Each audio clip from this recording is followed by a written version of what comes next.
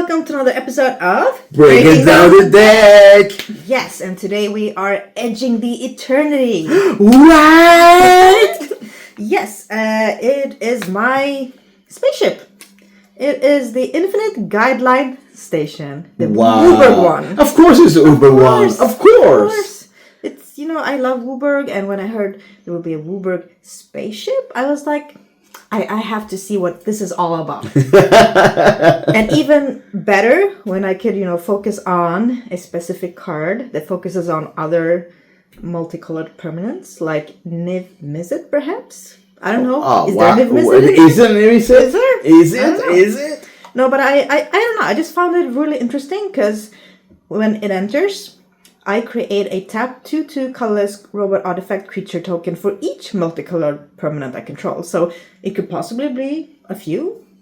And also, if I station it for 12, it becomes a creature.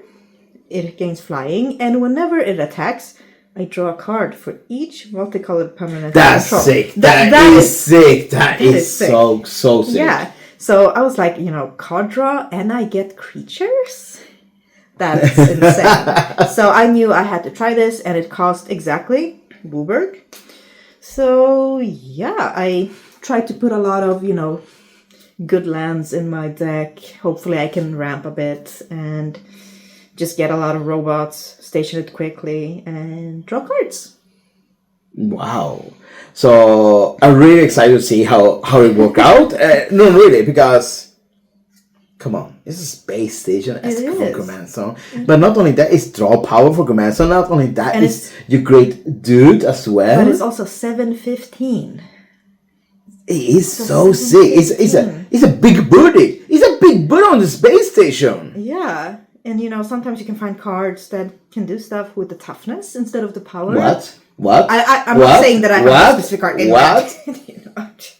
I'm just saying that there are cards that does things to the toughness. Yes, typical you make it like I was one shot you with my commander here.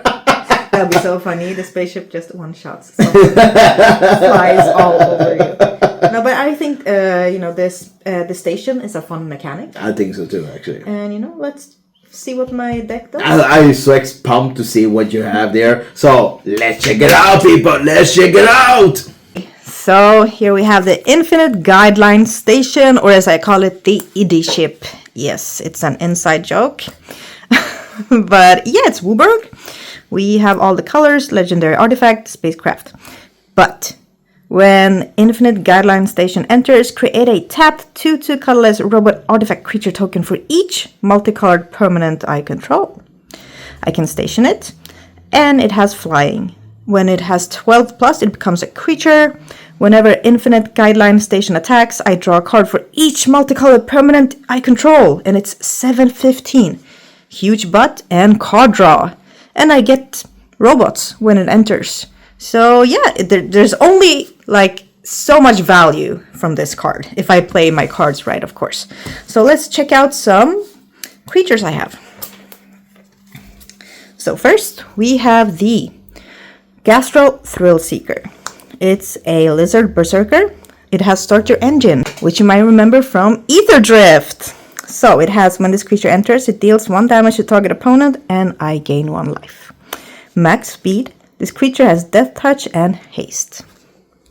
And it costs 1 black and 1 red. Then we have the Thought Monitor. It's an artifact creature, because this deck also cares about artifacts. It's 6 generic mana and 1 island, and that it has affinity for artifacts, so it costs 1 less to cast for each artifact I control. Flying, and when it enters the battlefield, I draw 2 cards. Card draw is always good. Then we have Sammy, Ship's Engineer, for 2 generic mana and 1 red, 1 white.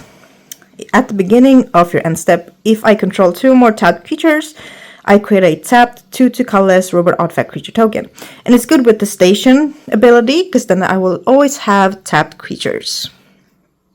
Then we have the Gene Pollinator for just 1 green. It's a robot insect. I can tap an untapped permanent I control and add 1 mana of any color, if I'm mana starved or anything. Then we have the Baleful Strix For the Demir color, Flying Death Touch, and when it enters the battlefield, I draw a card. Then we have Yartian Dissident, Celestia color. Then whenever an artifact enters the battlefield under my control, I put a +1 counter on target creature I control. So when Guideline enters, I get a lot of robots, then I will get a lot of +1 counters. Then we have Arkelos, Lagoon Mystic, for 1 generic mana and Sultai colors. As long as Arkelos Lagoon Mystic is tapped, other permanents enter the battlefield tapped. But if this one is untapped, other permanents enter the battlefield untapped. So it's pretty cool. So my robots can enter untapped if this is untapped. And I can station my Guideline right away. Then we have Jared Carthelion Wooburg. It's a planeswalker. For +1, I can create a 3/3 Cavu creature token with trample, that's all colors. -3, choose up to 2 target creatures. For each of them, put a number of +1 counters on it equal to the number of colors it is.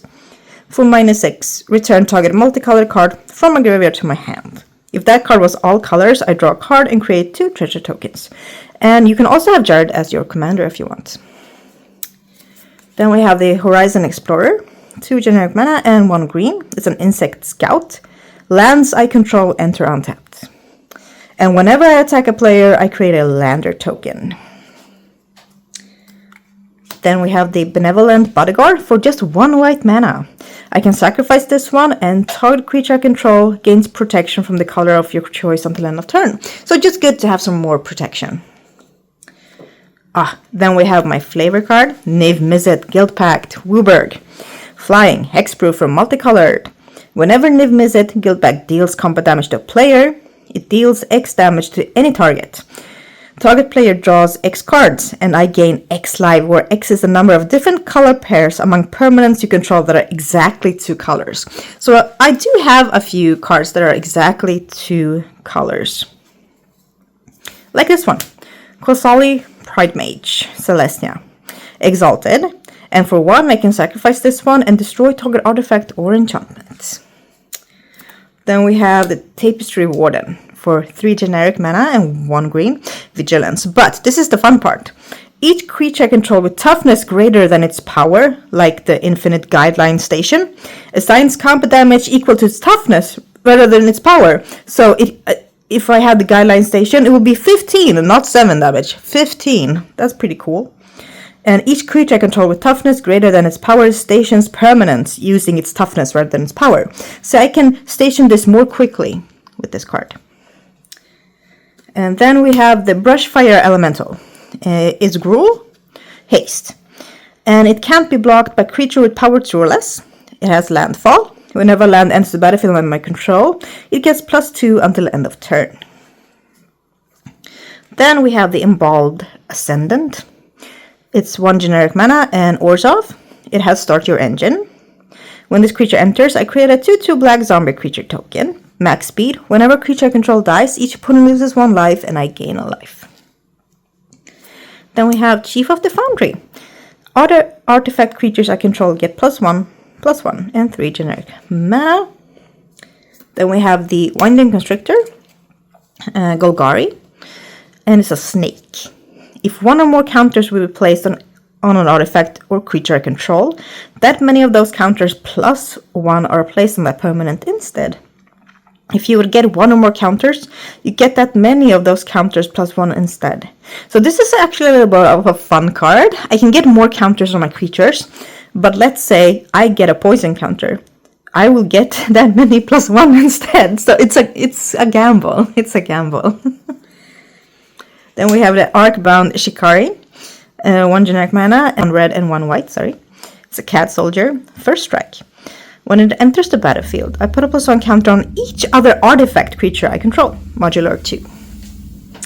Then we have Winter, Cursed Rider, Demir, also 2 a pair, so Human Warlock, and it has Ward, pay 2 life.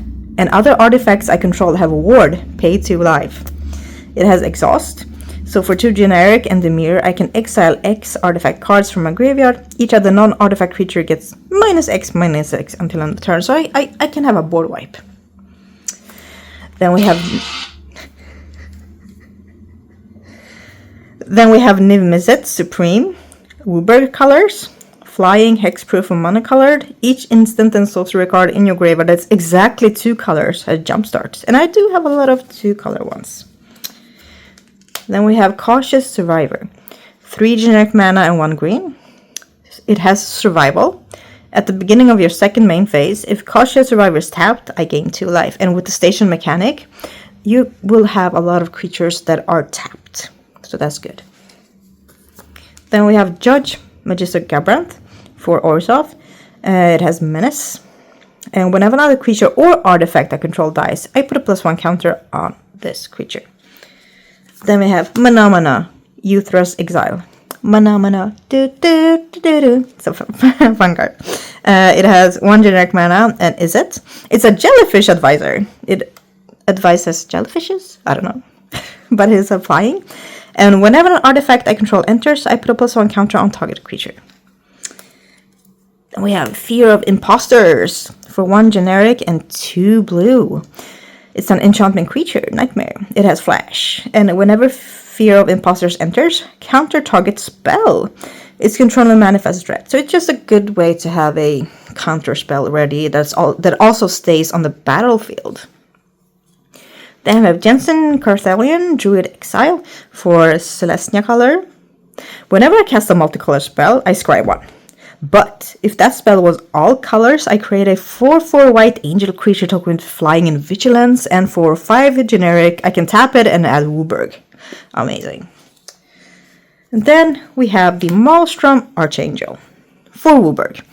It's an angel, flying, and whenever it deals combat damage to a player, I may cast a spell from my hand without paying its mana cost, which is so good in a Wooburg deck where everything is expensive.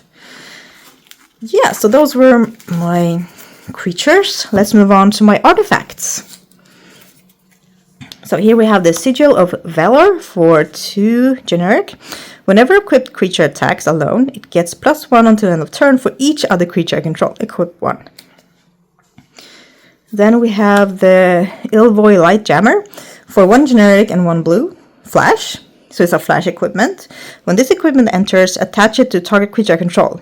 That creature gains hexproof until end of turn. If I want to protect Infinite Guideline Station or some other creature, it's good. And it also gets +1/+2, and it costs 3 to equip.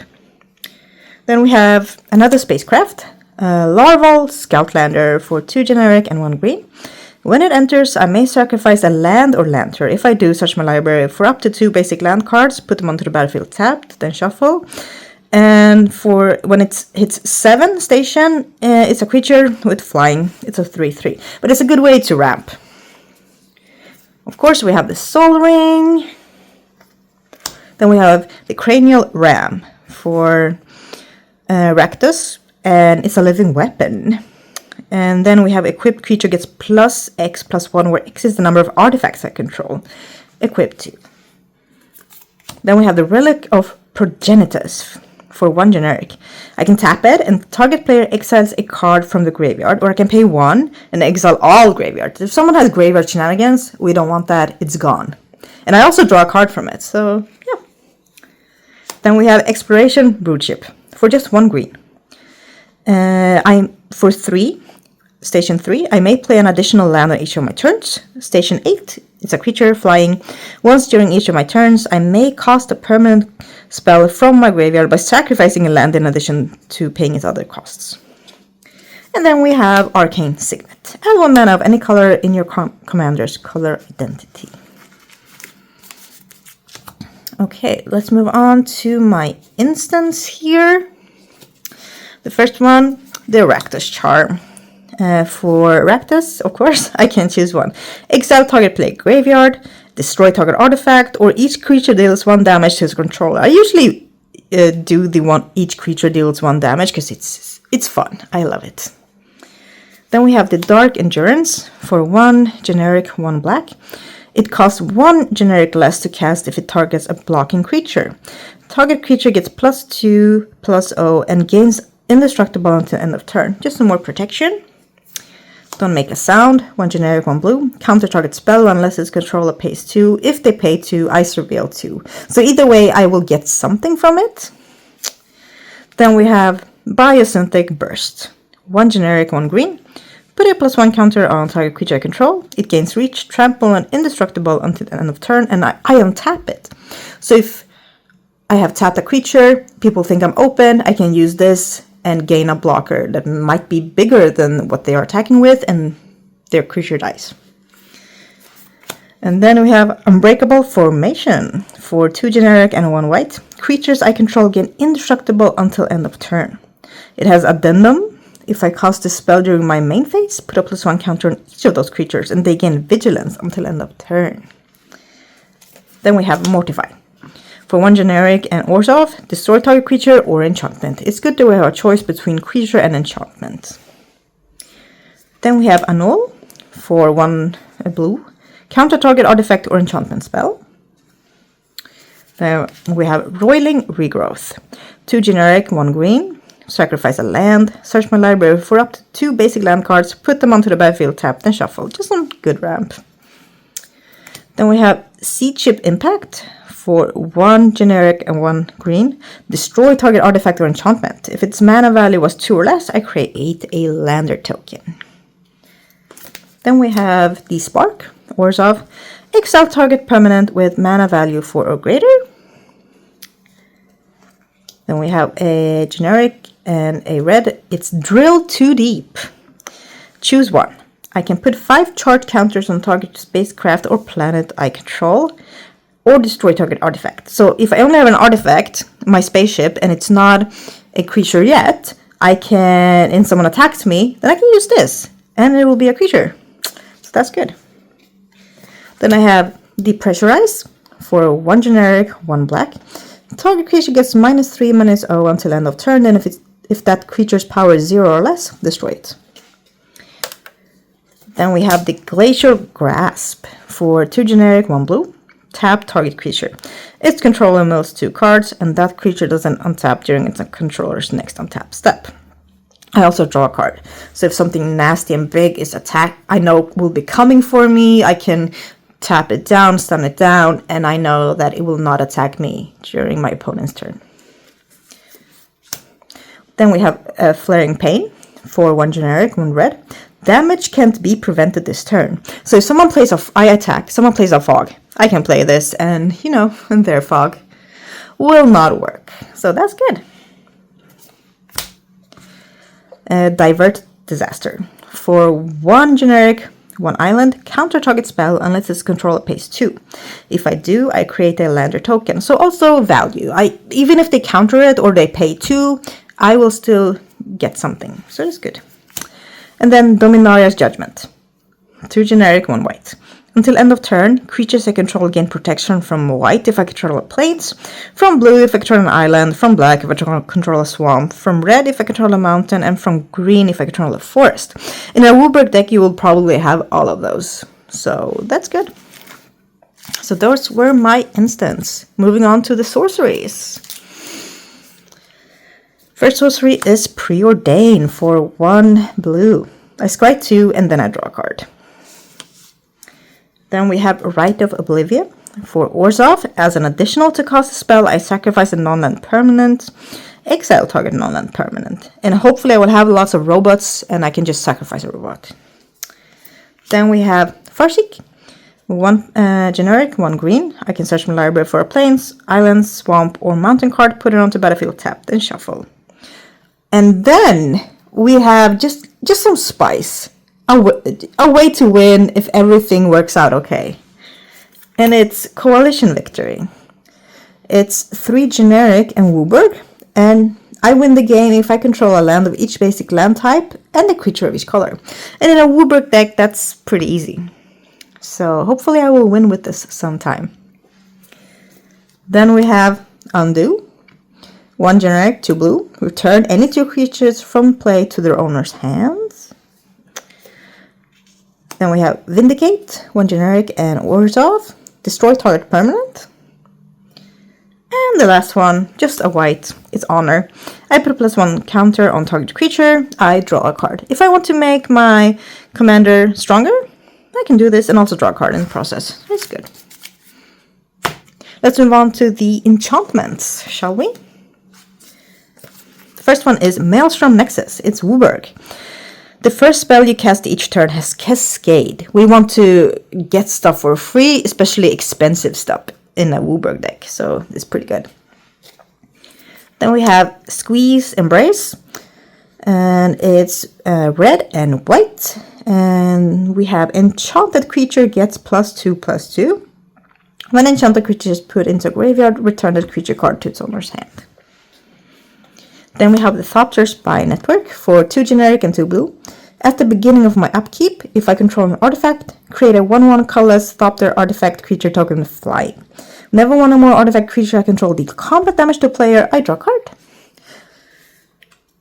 Then we have the Glacierwood Siege for 1 generic and Simic. As this enchantment enters, I choose Temur or Sultai. Temur. Whenever I cast an instant or sorcery spell, target player mills 4 cards. Sultai. I may play lands from my graveyard. So it's good to have options depending on the situation. Then we have the Ancestral Mask. 2 generic and 1 green. Enchanted creature gets +2 for each other enchantment in play. So not just my enchantments, can be my opponent's as well. And if someone plays a lot of enchantments, my creature will benefit from it. That's why I have it. And then we have the Frantic Strength. 2 generic and 1 green. It has flash. Enchant creature. It gets +2 and has trample. Okay, let's move on to my lands. Yes. So, first land is Tanglepool Bridge. It enters tapped. It's an artifact land. It's indestructible. It adds a green or a blue. Then we have the Rush's Carnival. It enters tapped unless a player has 13 or less life. I can add a red or a white. Nomad Outpost. It enters tapped, but it can add me a red, white, or black. Then we have the Sandstep Citadel. It enters tapped, but it can add me a white, black, or green. Then we have the Scoured Barrens. It enters tapped, but when it enters, I gain a life. It can add me a white or demure. No, a white or black, sorry. Then we have Gongaga, Reactor Town. It enters tapped. It can add me a red or green. Then we have the Vector Imperial Capital. It enters tapped, but it can add me a black or a red. Then we have Insomnia Crown City. It enters tapped, but it can add me a white or a black. Then we have Frontier Bivouac. It enters tapped, but it can add me a green, a blue, or a red. Then we have Sheltered Thicket.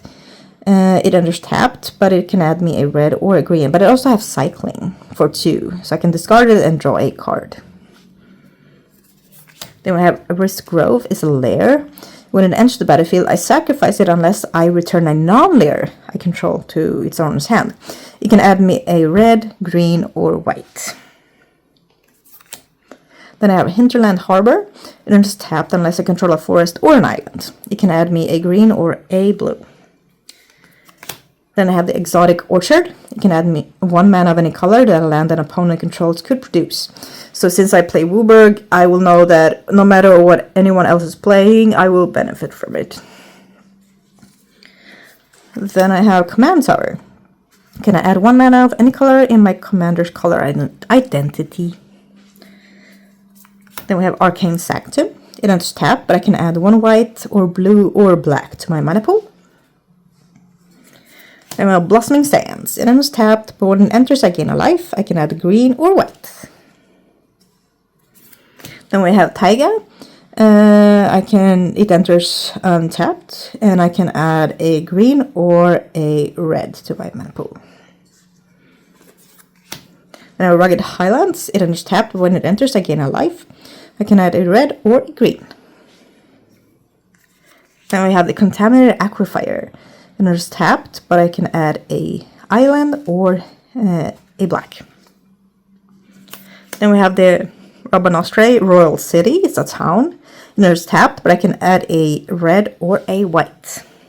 And then just my basics. Island, plain, swamp, forest, mountain, swamp, mountain, forest, mountain, plains, forest, island, forest.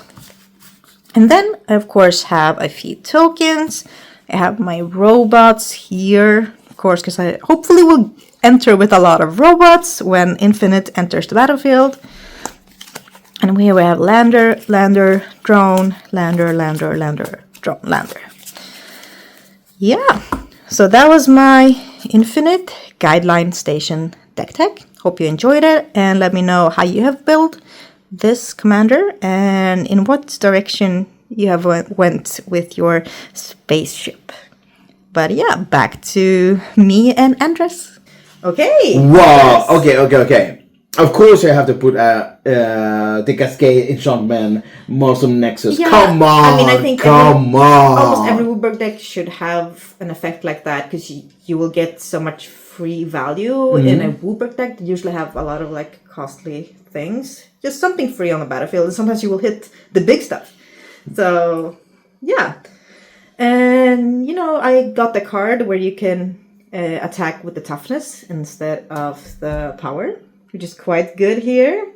And I have the artifact synergy. I tried to focus on both artifact synergy and the multicolored, so I can get +1 counters on artifacts.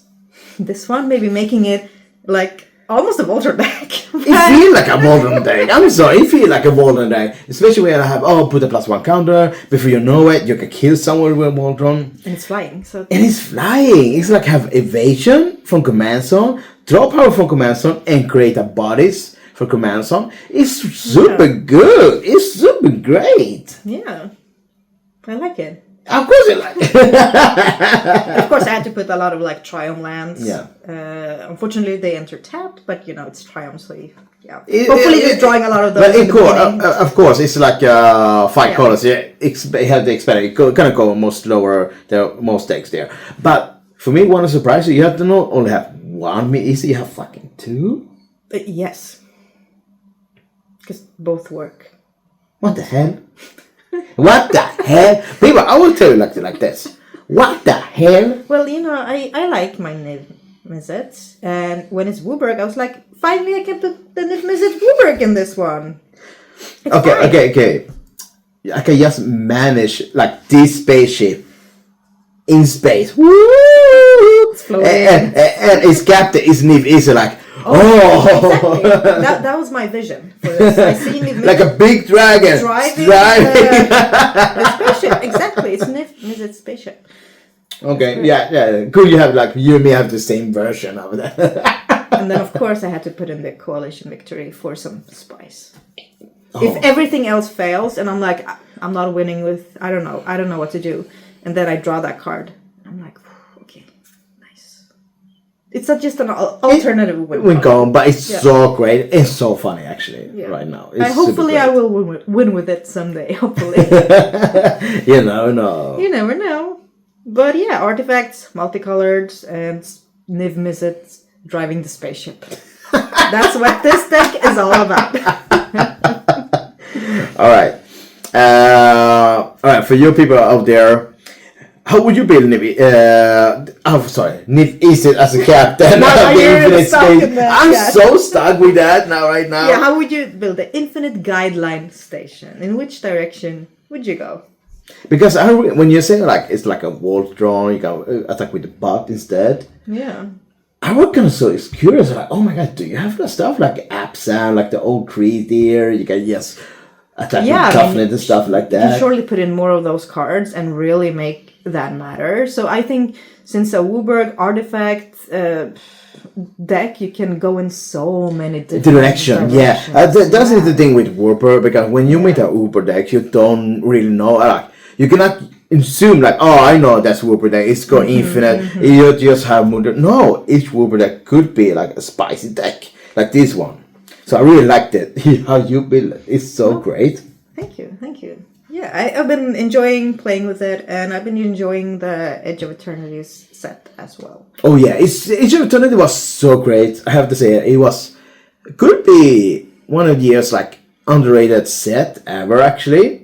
Don't get me wrong, the Final Fantasy it's still on the top. The Final Fantasy got a lot of talking and attention, which is fair. Yeah. Final Fantasy. Then maybe this one just got hidden a bit. Yeah, it got hit. Still really fun set, and you have to watch our upcoming Edge of the Eternities Commander gameplay. What? Yes, and we will also do the Edge of Eternity Commander Party in that episode. So it will be just some extra flavor, extra planets, extra spice. Extra spice in space. So yeah, thank you so much for watching, and hope to see you in the next one, of course. Bye.